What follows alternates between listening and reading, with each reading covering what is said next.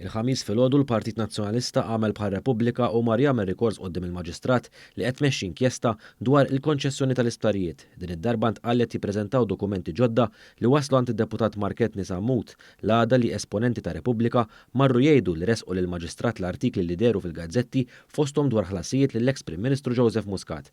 Ħlasijiet li l-eks Prim Ministru dejjem sostna li kienu ta' xogħlijiet li saru wara li ma baqax Prim Ministru. Din l-inkjesta kienet infetħet minn Repubblika u mhux darba u ttejn spiċċat f'nofs kontroversja. Intant, l-eks Prim Ministru Joseph Muscat għamel rikors fil-qorti. F'komunikazzjoni fuq Facebook fejn ippubblika r-rikors afferma 3 punti. Qal li l-Maġistrat li tagħmel l-inkjesta baqgħet qatt ma bagħtet għalih minkejja talbit li jagħmel.